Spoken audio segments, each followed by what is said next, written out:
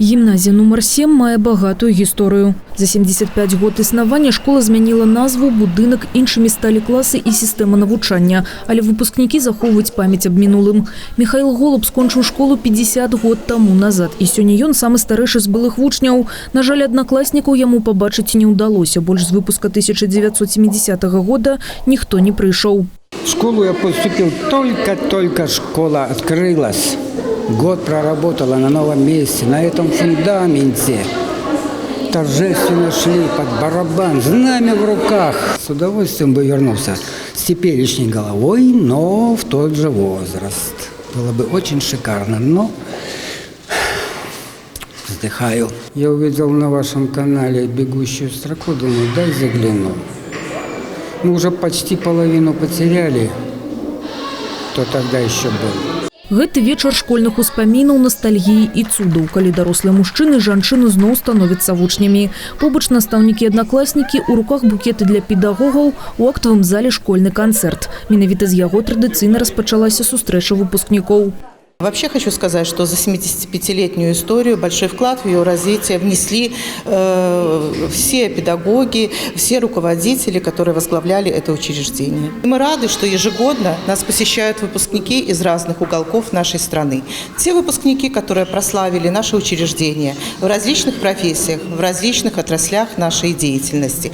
Ежегодно таких выпускников приходят в гимназию очень много. Это юбилейные выпуски 50, 40, 20, 15, 10 и 5 лет. В 80-м году, 40 лет назад, выпорхнули из этого учебного заведения. Класс у нас достаточно дружный. В силу этого мы практически каждый год собираемся. А юбилейная дата – это обязательное мероприятие, и достаточно большой коллектив по-прежнему еще испытывает друг другу теплое чувство. Конечно, школа меняется, благоустраивается в лучшую сторону, но сами стены остаются, вот это самое главное. Намоленные, наученные – это вот наше родное, это наш дом. Выпускнікі сам-насам сустрэліся з дзяцінствам, знаёмыя школьныя калідоры, родныя сцены класа і тыя ж партрэты вядомых матэматыкаў.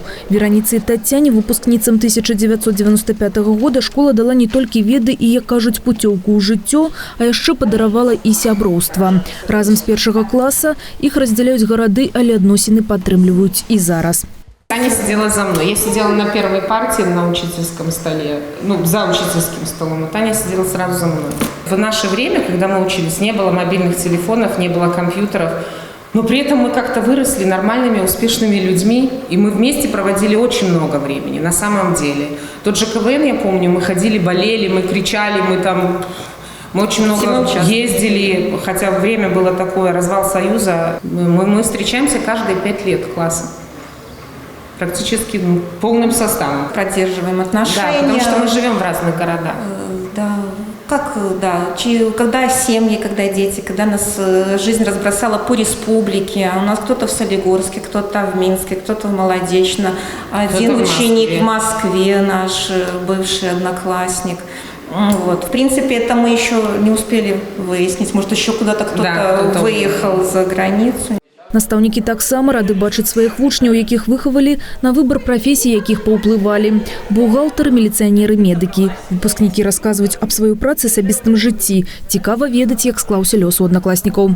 Варта адзначыць, што некаторыя настаўнікі, што працуюць у 7-й гімназіі, таксама выпускнікі установы. Такіх педагогаў у школе 10. Настаўнік хіміі Наталья Пашчук вярнулася ў гімназію пасля універсітэта і ўжо працуе тут больш за 20 год.